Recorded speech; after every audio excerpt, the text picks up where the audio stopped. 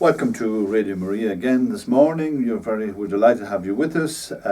It's, of course, it's the Thursday, the 30th of July, and we have with us in the studio this morning Father David Jones. Father David is a very interesting person. We're delighted to have him here with us, and we hope it'll be the beginning of a long relationship with Radio Maria here in Dublin. So Father David is a hermit and he lives out in Meath Diocese, and we're hoping that he'll do many little things within the capacity he has and the time available to him in that. So what we're going to do in the programme today is we're going to talk about David's story, his journey of faith, and which is very interesting, I've been told. So I'm looking forward to that. And it's my first time meeting Father David, but I've heard about him, although he told me we met at a mass of a mutual friend of ours a few years ago. So again, we're delighted to have him with us. And so, Father David, we'll over to you now, and just maybe tell us the story of your life, how you got to where you are at the moment. Well, being that we were very much a Welsh family, the culture was that of Welsh chapels, the Welsh school, and in those days, Christianity was very much a part of that society. It was all revolving around that. And my chapel was the big Baptist chapel in Cardiff, and that was a huge influence on me. To this day, it's a great centre of preaching and of singing, both choirs and just hymns, because they sing, as you know, with great gusto. So that was the atmosphere that I was cradled in, and I was going to be a minister, a Baptist minister. That was my hope. And an influence at the time was the evangelical revival that was going on in the late 60s under the influence of people like Billy Graham. He came to Britain and he had this huge crusade which did make many converts, and I was caught up in that, as were many in the school. Now, what happened was that as a result of that, I asked for baptism, because I was a Baptist and you have to ask for that. So I was baptized by total immersion at the age of 13, and very soon I was aware that I had a call to be a preacher, and so that was going to go presumably in that direction, only it had also the knock-on effect of making me read things which otherwise I wouldn't have read, and I picked up a lot about church history, Catholic history, the saints, and all that, even actually the Eastern spirituality. So that was an eye-opener.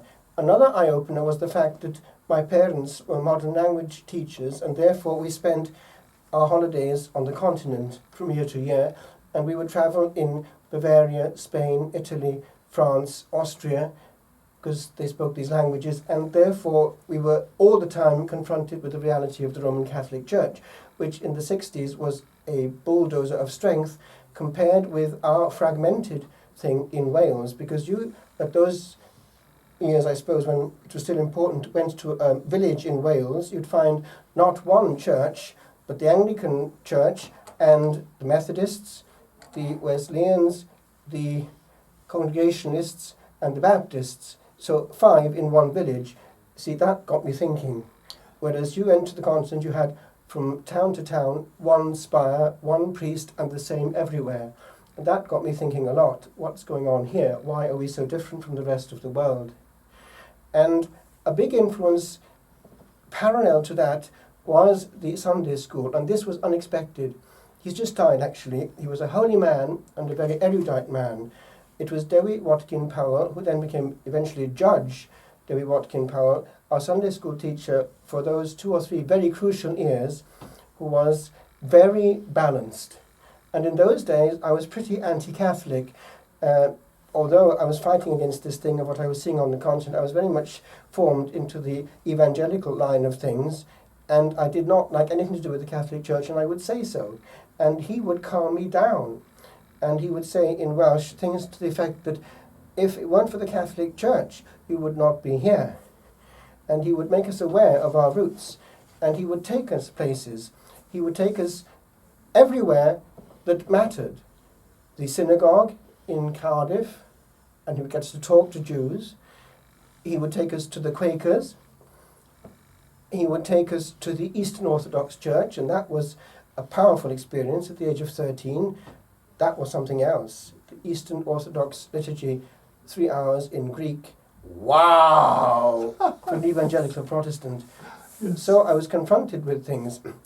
And eventually, also, he encouraged us to be aware of the Roman Catholic Church, but also, all the time, he was taking us to important points of Welsh history, such as the place of conversion of somebody who changed history in Wales. It was Talgarth, where, while listening to a powerful sermon one Sunday morning, Palm Sunday of 1735, somebody was to change Welsh history and the physiognomy of Wales as a whole. The great preacher Hywel Harris. That was the beginning of eventually the Anglican Church losing ground to the free churches. That changed the whole of Wales, the great revival of the 1700s. And as you know, Wales had revival after revival after revival, the land of the Holy Spirit. And I was aware of all that, hence this great preaching you have to this day, and this hymn singing. Yes. So, of course, the Welsh choirs are renowned. Oh, very much so, yeah. Very much so. And that was therefore something I was attached to, and the quality of preaching was something else. So anyway, the problem was that also he was teaching us the importance of the Catholic Church. And as a result of that, I thought, well, if that's the case, I better be aware. So without too much noise, instead of going to the Baptist chapel one Sunday morning, I went at 11 o'clock in the morning to the local Roman Catholic Church. And it was then in the late 60s, and I got in and thought, what's going on here? The church was packed, standing room only. An ordinary Sunday Mass, 11 o'clock in the morning, in the suburbs of Cardiff. It was in the period when the new rite had not come in entirely. It was coming in bit by bit, as you will remember. Yes. There was an interim period. So essentially it was the High Mass with asperges, incense, facing still the other way, Latin, but there were bits like hymns coming in as well. So it was that period, but it was essentially something strong enough and close enough to the Eastern Orthodox experience which I just had to remind me, now look, there's something going on here. These two have something in common which you haven't got. So at that point, because my best friend at those crucial years sitting next to me in school was a very intelligent Anglican, high Anglican. He still keeps in touch with me actually all these years. He was brilliant. He went to Oxford and he went into lecturing, a physicist. But he was a high Anglican and convinced in his faith, and I was looking at him and I thought, even the Anglicans have got something that we haven't. They have the vertical. You see, if you go to a free church celebration, it's, yes, the hymn and prayer sandwich, it's a balance, but a huge emphasis is on actually the charisma of the one visibly presiding in the pulpit, which dominates physically from the centre.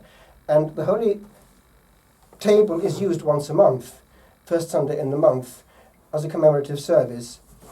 So I could see that the Anglicans actually were closer to church heritage, east and west. They had a structure and also this element of a liturgy, which is a new concept I wasn't used to, which we didn't have. And that made me reflect too, look, there's history here before my eyes. So anyway, I went to this Roman Catholic Mass at the age of about 13, and I didn't kneel because my conscience wouldn't let me, but I observed and I stood at the wall, and something was saying to me, this is different. I could sense something happening on that high altar, and I somehow knew this was power coming not from man, and not even from today. There was something here which I recognized somehow as home, because I had seen it before on the continent, and it made me realize, wait a minute, are you sure you're in the true church? So I started reading a lot, and I came across things like the story of Bolsena in 1263, when this doubting priest found that before his eyes the host was transformed into flesh and blood, and the precious blood dripped onto the corporal and onto the marble. Later on I was able to venerate it. Actually, my first Mass alone was at that point of history of Orvieto, where it was taken. The relics are still there. Orvieto is the place that houses that miracle to this day. And that was interesting. But anyway, that's in brackets. So that eventually made me decide, after reading more on that line, I cannot carry on with this. The crunch was the vigil of the Feast of the Assumption when I was reading about Fatima, and it must have been 1969, and I looked at this, I put the book down, and I said, if that's true, there's one bit of our family missing.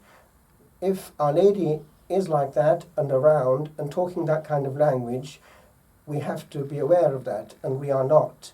In the Baptist system, she is not there, she is one of us, and she is not honoured in that way, and deliberately so. So I was uncomfortable. I started saying the rosary on a daily basis, and secretly I went to have a chat with the nearest priest I could find. We were in the country at the time, clearing out my grandfather's house. It meant a long journey of about 14 miles into England, actually, just across the border. I went to Oswestry and knocked at the Catholic presbytery, and I talked with a local priest, who actually years later I met and bumped into in Rome, and he was pleased that it had its effect. And he told me to go and talk to a priest in Cardiff. So I didn't do that. I went to my local minister at the end of a prayer meeting on Thursday evening and said to him in Welsh, I'm thinking of becoming, now the Welsh word is pabydd, it means papist, but it's nothing pejorative, that's the word that's used.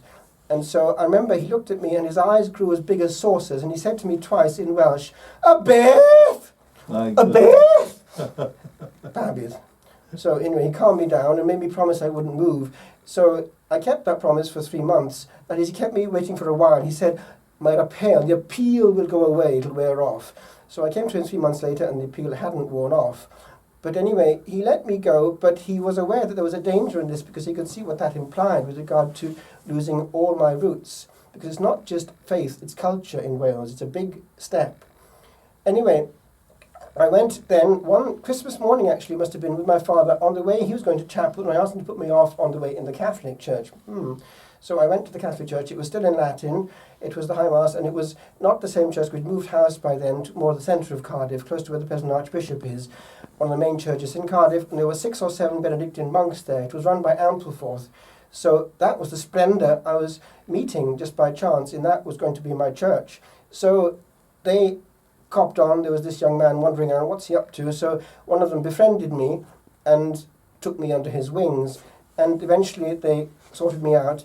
And one day, at one night of instruction, the person, that Dom Beverno, who was actually forming me, had been head of the choir at Ampleforth, he was a musician, he said to me, Don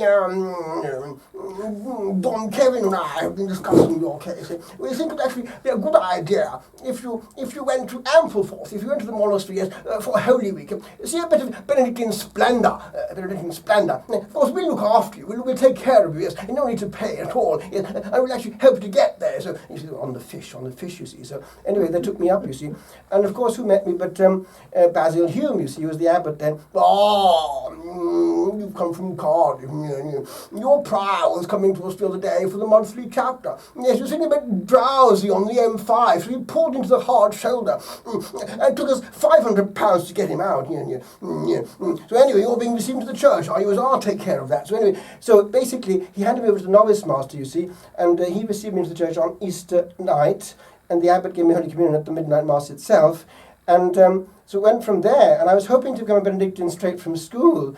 So I was heading for the nearest monastery to us, which was, one of the nearest ones, Prinich, and I thought they'd take me in straight from school. But one day I was there in the 6th form at Easter, and the abbot called me in. He was there, and the novice master was just behind me, and said, well, we've been discussing your case here.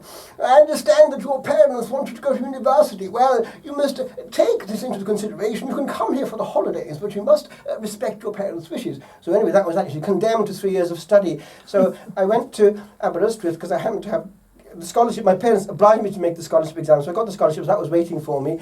And so I was going to do French and philosophy, but the prof of Latin got hold of me and said, yes, French and philosophy, yeah. Would you like to do Latin and Greek, because I have more personal attention, I actually pay for you to go for Rome and Greece in the holidays. And you got carrots, you see, carrots. Yes. So anyway, he got my arm, he twisted my arm. Anyway, I did classics, but I was living there was a priory of a late vocation seminary, really, for young people, not so young people, run by Carmelites there at Aberystwyth. So I lived with them for 3 years, the first and third year of the 3 years, and therefore I had a liturgical life with them. But I stuck to the monastic thing. The only thing was that I, in the holidays, followed my itch to get involved with France, because I loved France because they were kind of muscular, and the monastic life was pure. They didn't have schools and parishes, they had only the vertical, and I knew the difference. And so I actually got involved with the French monastic scene, and it was to France I went straight after graduation. I was there for years and years and years and years. My monastery, where I was nearly all the time, was closed eventually. It's no longer there. So it's a long story. If you want the details, I can give you to them, but it's a bit of a meander as regards how I ended up in Ireland. Do you want the bits? Oh, yes, of course. You mightn't get it so easily. Well, basically what happened was this. The first step was I went straight from graduation to the Carthusians. Célignac was a good monastery there in the southeast of France. But I was a little hesitant between the Carthusian and the Trappists at the beginning, and I asked before making a decision if I could spend a while at La Trappe, which I did. But as it happened, when I was there in 1976 at La Trappe, it was the very time when big changes were coming in, because they'd had a change of abbot and they brought in a superior from another monastery, and he was bringing changes a bit too suddenly for my liking, because I knew La Trappe had been in the mid-70s, early 70s with the sign language and so on, and I liked that, you see. And so anyway, I was a bit hesitant. So anyway, I came back to the Charterhouse, and there is where I was clothed, and I was there. I was sort of formed in theology by a very good lecturer who's brilliant, still alive, and I was due to be solemnly professed and ordained there in 1984, but I had got involved with writing. Now, that was creating problems because the Superior General of the time, Don André, was not amused because people were making him aware that these things were being written in Welsh and in English there, and he was being asked to give authorization for publications. We wanted to see them, you see. So he wasn't amused about that, and a message was coming to me quite clearly, look, this is not Carthusian. If you want to stay in the order, this is not really the line. So it was a bit dicey. What actually tipped the balance was this. My novice master, who was a holy man, he had been formed in the same time as Dom Damien. He was a man of God who wanted to become absolutely silent and solitary. And so much so that when he was asked to become procurator of a big house, Florence, he got there, but he asked if he could not go into the enclosure, but go to the nearby monastery of Camaldoli and become a recluse. So he was allowed that, and he was the last recluse to die in reclusion at Camaldoli. And I had felt in the last years of the Carthusian life I was there, the urge to take his place, because the weekly walk was a problem. I felt the Trappist need for perpetual silence, not this break of once a week talking, and that was pulling me a lot towards the complete solitude of the reclusion. So anyway, to cut a long story short, I visited the Camaldolis, and I found there that they were going into a very dangerous optic of complete renewal, which was actually losing their charism. They were losing their habit, physically, they were changing things, and they were becoming very modernistic, and I was a bit unhappy about that, so I wasn't quite sure what to do. So basically, because I'd made that move towards the eremitic life, it was difficult for me to persevere and get my acceptance there with the Carthusians. So I returned to the La Trappe, which I had known, and there I was with them, and basically the eremitic thing was coming to the fore all the time. So I tried to get into becoming a hermit in Wales initially, and they looked at it, the bishops, but they wouldn't take it on board. I wasn't yet a priest, of course, and so basically I wasn't quite sure what to do. So they thought, well, look, let him go closer to home. They sent me to Roscrea, and there I was. But Roscrea, of course, being an Irish house, was much more open, even the La Trappe. They were into talking a lot more, you see, so it was a bit of a shock. However, Don Peter did get me back into writing again. He became abbot eventually in one of the daughter houses. He's now dead. But that's what got me writing again, because lots of books were written over the years. And but anyway, to cut a long story short, what happened at that point was this. I thought, well, look, is it possible maybe to come back to Wales and to get something happening in Wales itself? And it was the time when there was actually a lot happening in France within the renewal group of things coming out of the charismatic renewal, but monastic. You see, there were big groups coming there in the 70s and 80s, like the Beatitudes, Pain de Vie, Chemin Neuf, and so on. They're still around. But the big one is Les Beatitudes. It was called Leon de Juda at that time, and it's still international and big. It's a very big one, and very powerful. And I had experience of them. They were close to us. And I thought, well, and there were others too. There were half a dozen of us interested, including Welsh speakers, in bringing them over to Wales. They had a very beautiful liturgy, partly Byzantine, and it was serious stuff: adoration, fasting, and Orthodox liturgy and theology. And so I thought, maybe this will happen. But they, unfortunately, went over the top. That those who were the main people involved in that got so involved with the Eastern Church, they actually went into the Eastern Church and got, I think one of them anyway, became an Eastern Orthodox. So that stopped all that, and the bishop would do the best sacrament, obviously. Mm-hmm. So that stopped all that. So at that point, I was left high and dry. And what I did then, I followed my spiritual father's advice and got back into the classic monastic style. So I went into Farnborough, daughter house of Prynich, partly at the Abbot of Prynwich's advice. But with the optic, perhaps, of eventually making a small house of Benedictines there in North Wales, in the Welsh-speaking area. The Abbot General, or the Abbot Primate, the Abbot, the Subriac congregation has 80 houses, and their head, it was Dom Gilbert Jones, he was favourable. So anyway, Abbot President. So basically, that didn't happen, but what did happen was that my spiritual father, after I'd done another degree of theology, advised me to go back to Ireland, but to a house which would allow me to have contact with Wales. Therefore, he got me involved with the Norbertines. So that's how I got involved with the Norbertines. And then, so I was well received there at Kilnacrod, and I was sent then, after profession, to Rome. So I was in Rome when Kilnacrod got into trouble. They had problems which I didn't know about, you see. So basically, I went to have a chat with Cardinal Daly, who was in Rome at the time, and had just emptied everything out of my heart. Now, what am I going to do about this? They're in trouble there, and I didn't know anything about all this. And his advice basically was this: look, if you can stay out of that mess, because you can see what was ahead, it's better for you. Try and get ordained out here. That was his advice. Mm-hmm. So I did. I was ordained in Italy, and I stayed out in Italy, and I was able to be useful to them as novice master there in a house near Rome, in the Siena diocese. So that's what happened.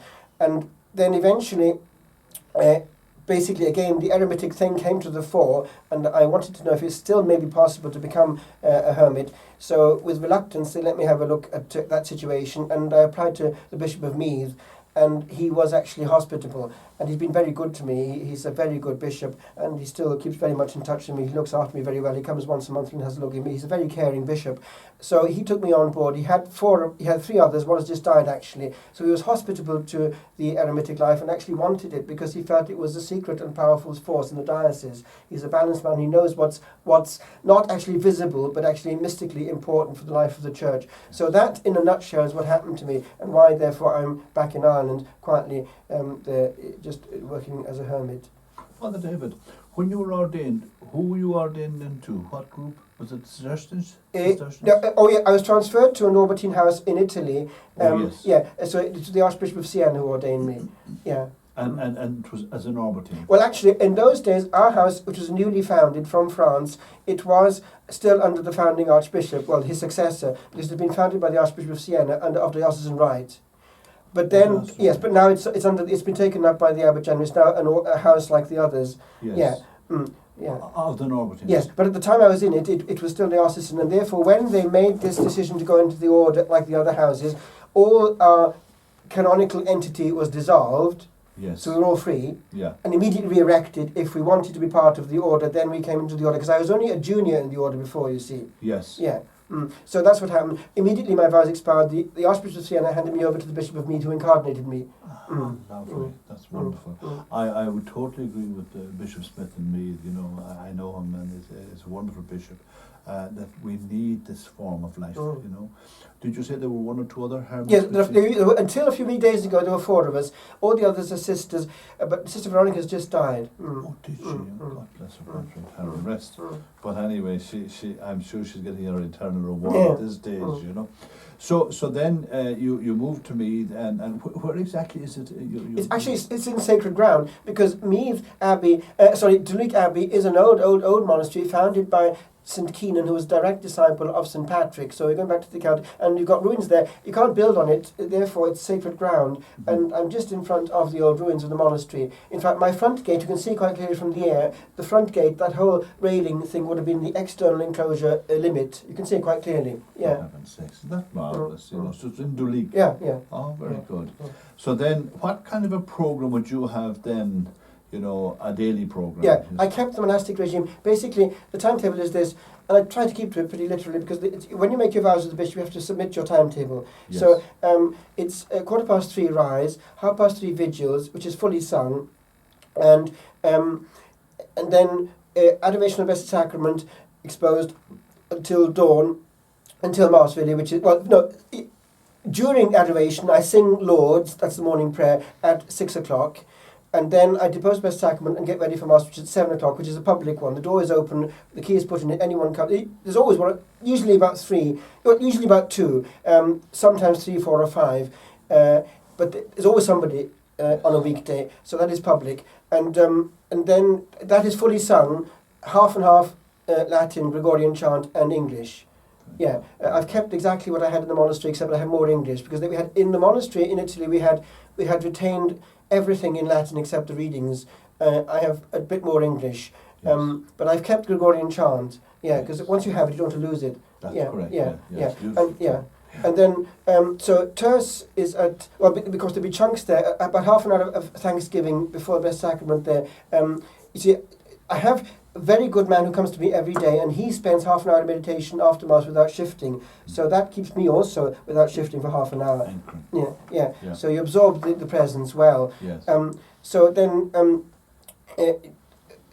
terce is at 9 o'clock, and then the prayer would go on quietly then, and then study or whatever might have to be happening. The morning is very quiet always. The Angelus and midday prayer sung at midday, with a moment of silence again, and then something fairly simple, usually to eat, with something going on, because the monastic style is to listen to some holy reading or something, some recording at that point, is to use the time as well.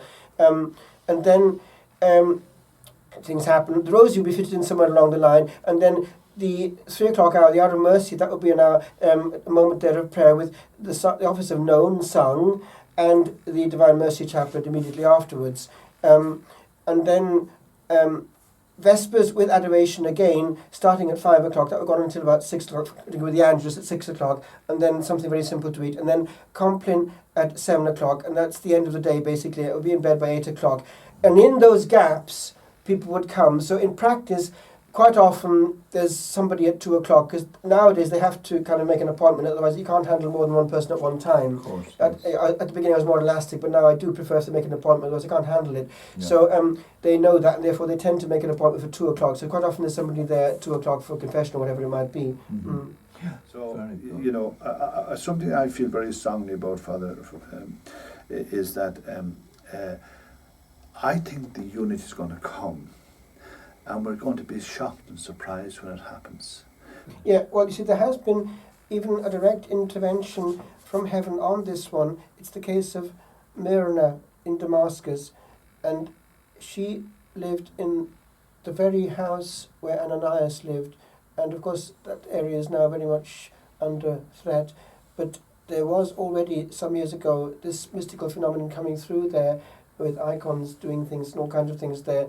But the Lord was making it known through her that he wanted this business of 2 Easters sorted, that we were entrenched in our position, that it wasn't of him.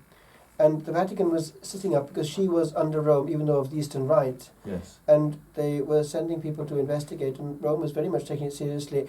And we know also that people like Vasula had been pushing in the same direction, and we do know that it was the wish of John Paul II by the year 2000 to have the church breathing again with her 2 lungs. It didn't happen, but right. Benedict XVI worked on it even more, because he did actually, before he stepped aside, get some kind of possible agreement on paper. And he was willing, I think, to go pretty far. And I understand that the present Pope also has made some noise recently, not a declaration, but a personal feeling. Look, this question of Easter, and that's what would be his style, he'd be informal, but he's aware of it. And I picked up on the grapevine that apparently the Lord himself is known to have said, and it's going to the mystical sphere, but he would have, the actual date is actually the Eastern one. And you see, there's also more to it than meets the eye, because, as you know, the great miracle of the Hagios Phos, the Holy Light, happens in the successor of the Bishop of Jerusalem, St. James himself, to this day, and therefore, for historic reasons, that is the Eastern Patriarch, the Greek Patriarch, and it has to be his hands, and it happens at midday every Holy Saturday that he goes into the inner chamber of the Holy Sepulchre into complete darkness, and he starts these ancient prayers in Greek, which have been handed down in complete darkness, and it starts to happen. The holy light comes from the tomb and hovers in the air, fills the place, and then settles into a column, and from this column he ignites these 33 candles and comes out then, and he does the same. And this miracle is going on, it's been going on since the completion of the Constantinian Basilica in the 300s. So it's the miracle that shows that the power of the Holy Sepulchre is unchanged, but also its geographic setting is sure, and also the succession is sure. Therefore, there's a hint there, you see, that the Lord, it doesn't operate in this question of human messing up of his construction. He wants unity, and he will not let this miracle happen in anyone else's hand. It has to be that successor of St. James. So that's the Lord's own way of saying, look, get your act together, I'm still the same. At the present time, Father David, where we have such fragmentation, such chaos, that, you know, I'd say that there is a pull on people who feel spiritual things to move in the direction of quiet, you know, contemplation, prayer, you know, and if, to an extent that they can manage it, you know, I suppose the monastic life. So I could see it leading in. You might enlighten me a bit more. I could see it probably leading into a bigger flowering, you know, yes, in the present time because of the society we're living in. Yes. You know. Well, I found, in fact, I was mentioning it yesterday to the bishop, what's happening, there's a pattern emerging, and even in my own case, people drift towards you with the potential vocation. Yes. And there's a thirst out there for a blend between the active and contemplative life, because if you send them now to a parish, they're eaten up alive. Whereas you see the role of these houses of prayer in the past was to give them a structure of protection and fraternity, and also godliness, which is a package which is on offer. So there would be, even now, I can see embryonically the possibilities, if the Lord wanted that, to have that develop into a house.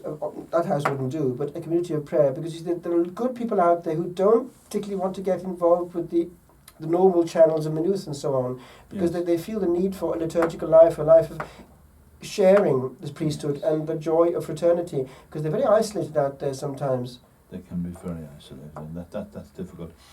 I had the privilege of going to Mount Athos at one stage. Wow! So maybe you'd like to just, you know, kind of maybe something about the hermetical life, you know, some little thing that might help people, because there are a lot of people out there searching, you know, wondering where should they go, what should they do, and things like that, you know. I would also say that you could let them know that you deal with people through your mobile phone and text, isn't that right? Yeah, well, basically because of the eremitic life, I would have limited access. See, I would not have email, that kind of thing. The telephone is off, the landline and the mobile phone, but however the text will come up when I open it. Yes. So that limits you. You can't just be immediately accessible. Yes, yes, exactly. So that if somebody did want to get a message to Father David, he would receive a text if you wanted to send him a text, and then he'll deal with it when he has time, when he has a space. Yes, when you open the text up, yeah. But yes. the shortest way, actually, is the classic snail mail. The letter comes, and then you open and you answer it. Yeah. It's true, isn't it? Yeah. And of course, it's slowing things down. Well, yeah, because the modern means of communication is actually threatening. I've seen the thing in the monastery itself. When you introduce email and all that goes with it, you introduce immediate communication, which then becomes the immediate centre of focus of attention, because you see, that's devastating, not only the monastic life, but life in general. We don't have to have this immediate availability. So if there's a message, in a nutshell, it's that, be careful because you're damaged. Yes. You see, one has to be aware that one is only here once, and if one is going into this immediate communication, which is not really life, especially when it's virtual, and it's not real engagement of personality and soul. Quite often you're dealing with something you don't actually know, quite often now in your virtual sphere. That's danger for the soul. The Lord knows it, and so does old Nick. So in that sense, what has always worked will work. And if you've been to Mount Athos, you've had the pure monastic life. And I tend to look a lot to the East for the inspiration, because I've seen the damage that has happened in our sophisticated Western monastic life. We're too contaminated by the world. And people out there in the world need to be aware they're only here once, therefore they have to make up for this noisiness by deliberate stepping aside, chiseling out places of quiet. And I mean quiet, without access, in which your mobile phone is off, no one can get you, if possible before the Blessed Sacrament, either exposed or just in the tabernacle, but alone with the Lord and unavailable, so that at least once a day for a full hour one is with reality, and I mean reality, listening to the voice that matters, because all these other voices block it out. And he has to be in control of our life, because what's happening out there, especially in the West, different from the East, is that we're doing it all. We're running around, fidgeting, and the Lord has to follow us. Yes. Well, the Holy Spirit has very little to do with all that. Put. Yeah. Yes. Good. Yes, absolutely. And you see, if you're a bit of a butterfly, well, then the Lord's hands are full, really, trying to keep with us. Oh, yeah. No, the other thing, if you're handling theology and formation, we are what we eat. That applies to the soul and to the body. So it's important that one actually spends one's limited free time taking in good theology. There's a lot of stuff out there, and people haven't got the antibodies to know the difference. Yes. So watch carefully what you're reading and picking up. On that level, that's why I've taken this invitation from Divine Providence through a good friend there who's a whiz kid in things technical. He's the father of my altar boys, to have this website functioning and to have all the things I do put on YouTube or whatever, because it means that you're giving good theology and safe spirituality to somebody out there who wouldn't get it easily in the back of Beyond. Yes, very good. What is your YouTube? The YouTube, it's basically, if you just go into my name, Father David Jones, it'll all come up immediately, either the website or the YouTube. Goes on all the time. See, what happened was that I started off with doing nothing, and then people copped on that I could do the Latin Mass, so that's where it came from. I was celebrating on my own in the beginning for a long time, and then people picked up, well, look, this chap can actually do that, so could we have one in Meath? And so that became the Diocesan Mass in Latin, the old rite. Yes. So that grew, you see, it's still growing, and people wanted these homilies recorded, because at least they were giving some kind of formation to people. So that's what, as it went from there, you see, so all that I do goes on to that, yeah. Yes, that's wonderful, really, you know. That's wonderful, really, you know. So the website is important. So if you www.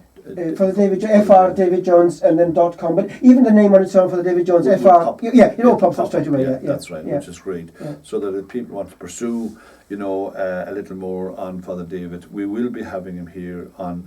He may not be here physically; he might do it by. Yes, you can do it now with modern means, even without moving. Absolutely. Yeah. So that, but we're delighted to have him here today because it's a special moment and that, and we don't want to. We want to facilitate what he can manage within the context of his own consecrated life and his own eremitical life. So again, you know, that we're very happy with that, and so you will be hearing from him through us here. We'll be tuning into him and talking to him, and just how we can, what we can do. As one of the thoughts that ran through my mind, Father David, was that if we had a little homily or a little reflection, maybe reflection is a better word, on the Sunday liturgy, and if we could get it on print and sound both, it would mean then, you see, that we could make it available to the priests through our Facebook. Right. So we could put it on Facebook, then the text. I see. Yeah. So then they would have that, you see, if they wanted to take a quick look and another thing in, another insight, another, you know, hopefully inspiration, you know, that would inspire people to listen to the Word of God and to that. So that was one of the little thoughts that were in our minds. So so Father David, you've friends around you, help you and support you and things like that. That's right, isn't it? Yeah. So Father David, we're just at a few minutes left. Any little thing you'd like to, anything in your heart there, and we'll talk more after about the logistics of the other things we're going to do. But if there was anything you wanted to say to people out there. Yeah, well, no, this question there of beware of where your time goes and where your focus of attention is, because without being aware of it, if you're living in modern society, you're not living inside your soul, because people are too easily available and it's not good for their soul. You've watched them, once they're alone, they're looking at their mobile phone, they just cannot be alone with their thoughts. So you multiply that by the number of means of communication they have, and you've got a person who's just one big fidget until he dies. Yes. So we thank the Lord of Providence for the means of communication that He has given to our globe, which unites us to brethren all over this planet. We praise Him for the wisdom that has come about on earth to make all these words travel quickly from one end of the world to the other and from one heart to the other. We pray in particular for the Lord's protection and blessing upon Radio Maria in this branch here in Ireland, and indeed in all the branches throughout the world. We ask our Blessed Lady to be its Queen and to shield it from all attacks which are bound to come from the other forces where good is being done. We ask the Lord to work on the hearts of all listening and to make them receptive to the word here and always, and to lead them to green pastures where they can grow and be safe. May God shield, protect, and bless all listening and all that is being done on Radio Maria, the Father and the Son and the Holy Spirit. Amen. Amen. Again, Father David, thank you for being with us.